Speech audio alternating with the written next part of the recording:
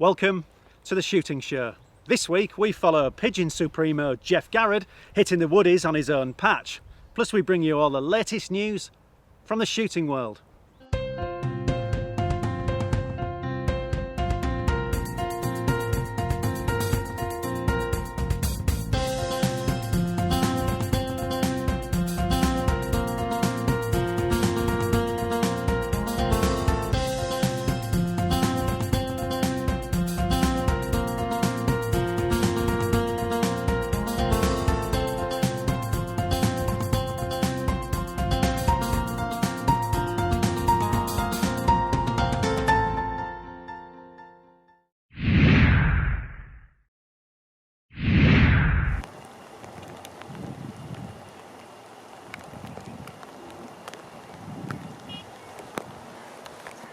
We're having another go at the pigeons today, and this will probably be my last one for a while.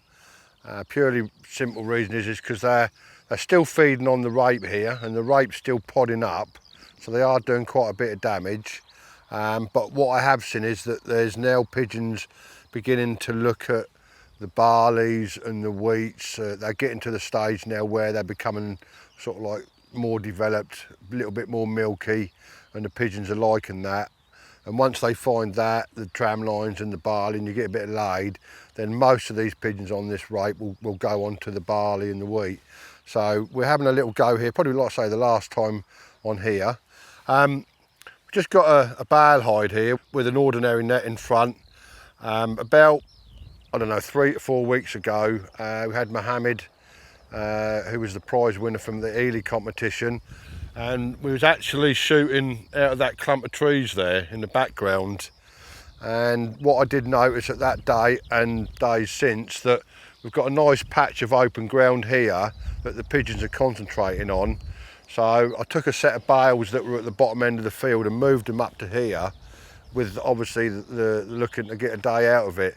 Mainly afternoon, late afternoons. I've been just coming by, you know, having a look and sitting there for 20 minutes, half an hour, just watching. And just seeing a nice lot of pigeons, a nice little flight line coming to it, you know. And when you've drove up to have a look, there's a nice few pigeons getting off the field. So yeah, you know, all in all, you know, there's a nice lot of traffic coming to and from this particular patch here. So, you know, I'm hoping for a nice afternoon on my own, just to enjoy the day's shooting. The one thing that's probably going to go against us today is the weather. I've just been sitting in the truck for half an hour while a rainstorm has gone through. I've already decided that I've got the wrong footwear on. But looking at the forecast, you know, we're going to get a few rain showers today. Hopefully that, you know, the bulk of them have gone through, so I can just have a pleasant afternoon pigeon shooting.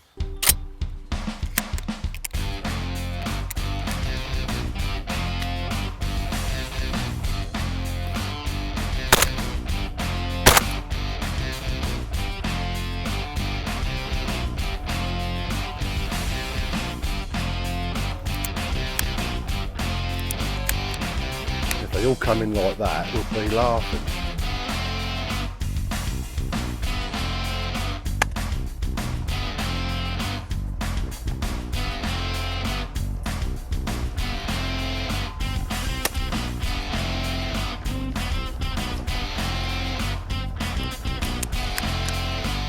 That pigeon there was just what I was trying to explain. It was coming up, it was wide of the pattern, but you could see it looking, and it's picked up a bit of movement.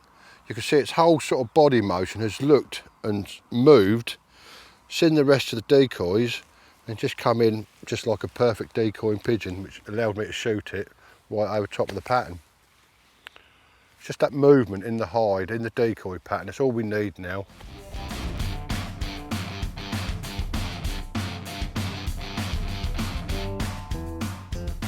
I've got two very old flappers that I use, and just gone to create that little bit more movement, put the ones I've just shot on canes, and I put another flapper up, so it gives the pigeon, like them two there, just snuck in and out. So the pigeons that are passing now can see the movement in the hide, or in the decoys I should say, and they're coming closer. And again, it's that classic scenario where the more pigeons I think we get out there, the better they're going to decoy. So as the day progresses and we keep shooting a few, hopefully that should get a lot easier for them to decoy in.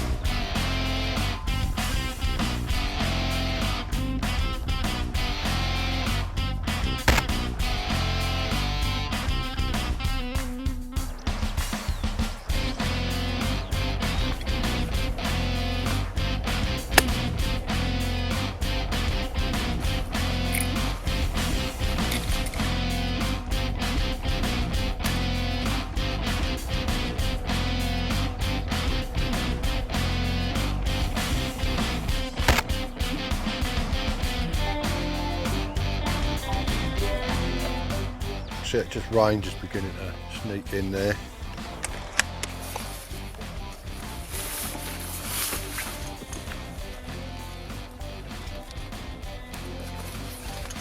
Well, we'll be dry.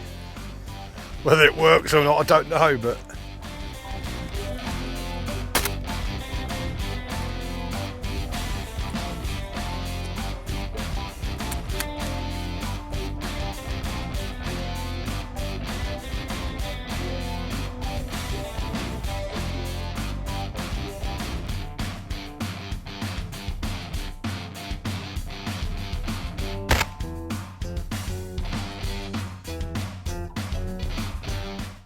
well, it's been on and off really.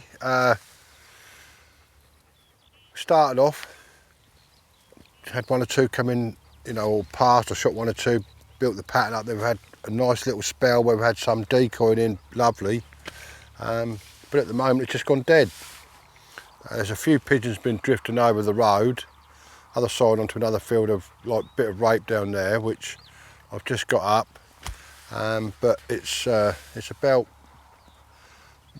just gone 2 o'clock, up past 2 time, and I'm hoping it's going to pick up this afternoon. But the only thing that's worrying me now is looking at the back of the hide there. We've got some really black clouds coming up, so I'll be very surprised if we do the afternoon without getting wet. I think we've probably got around 15 mark. I think probably somewhere around about the 15 mark. It's the one noticeable thing is that anything that's coming up from the front of us, coming out of those dark trees when you're sitting here, very, very hard to pick up. And 2 or 3 times I've been just sitting here, the next thing I know those pigeons just appeared in front of the sort of pattern of decoys, but they've seen me before I've seen them, and they've just shied off. But if they're above the skyline it's all right, but if they're below, coming up low, it's very hard to pick them up at the moment with this light. But we'll get there.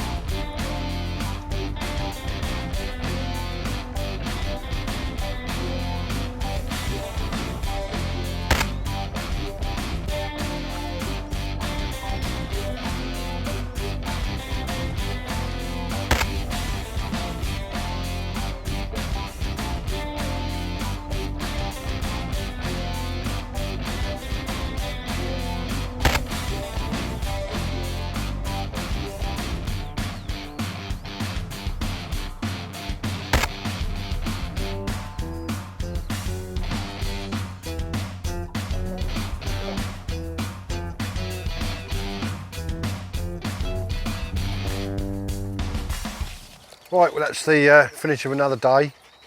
Not the biggest of bags. I think it was 38 we picked up. It started off reasonably. We watched the flight line coming up around the clump of trees, and it sort of like, it was okay to start with, and it started to slow up sort of mid-afternoon, and then about 4:30 time it just stopped completely. I'm not sure where the pigeons have gone. They've obviously found new feeding ground somewhere, but it wasn't here.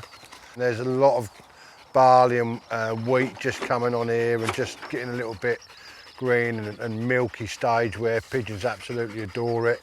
So whether they've found feeding, they've been feeding on that this afternoon and found some new places, I don't know. But it certainly didn't happen here as I was hoping it was going to.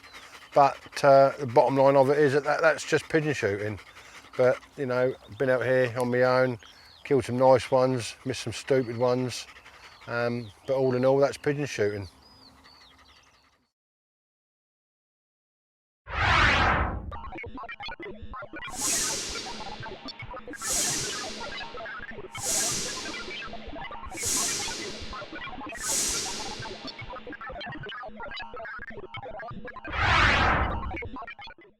Geoff there, showing why he's the farmer's best friend. And now, it's the Shooting Show News. This is the Shooting Show News. The Olympics are underway, but shooting organisations have had to fight against restrictions on Olympic shooting. A motion tabled by members of the IUCN, a global conservation group, wanted to force athletes to use non-lead shot in Olympic shooting events in time for the next Olympics in Tokyo. But some swift work from umbrella hunting body FACE has got the Olympic clause removed from the IUCN's proposal. Keep track of all the Olympic shotgun events on the clay shooting website. Early on in the Olympic shooting, Jen McIntosh had to overcome a rifle malfunction in her opening event. In the qualifying stages of the women's air rifle, a screw holding the sight interfered with the opening of the bolt on her rifle, resulting in her coach having to run to the service bay to get it fixed while the shot clock was still counting. Jen recovered well and finished 15th, a promising start in her weaker event. There are just 4 days to go until the grouse season begins, and as usual in the run-up to the glorious 12th, shooting groups are having to fight off myths and misconceptions spread by antis. BASC has launched a series of short films to spread the facts about grouse shooting. The first features gamekeeper Jack Depledge, highlighting the employment opportunities provided by shooting. Check out the film for yourself by searching for the hashtag #NoMoreMyths.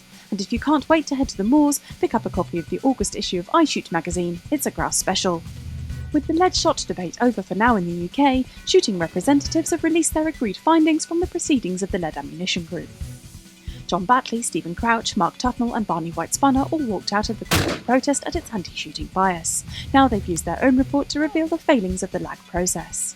They say LAG's final report is unbalanced over the reality, scale and impact of significant risks to wildlife and human health, and that the biased nature of the group and consensus-based advice has not been given. And finally, another buzzard licence has been granted, this time for the control of up to 10 buzzards to prevent serious damage to young pheasants. This follows the high-profile case last year where a gamekeeper took his case of unlawful refusal of a licence to the High Court and won. Buzzards are now very common, with a UK population of at least 300,000. The NGO said the economic damage caused by buzzard attacks on game birds could be severe. That was the Shooting Show News.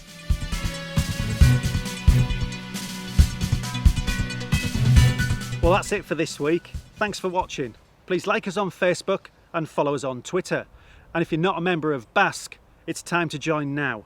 BASC, looking after your sport, looking after you. This has been The Shooting Show.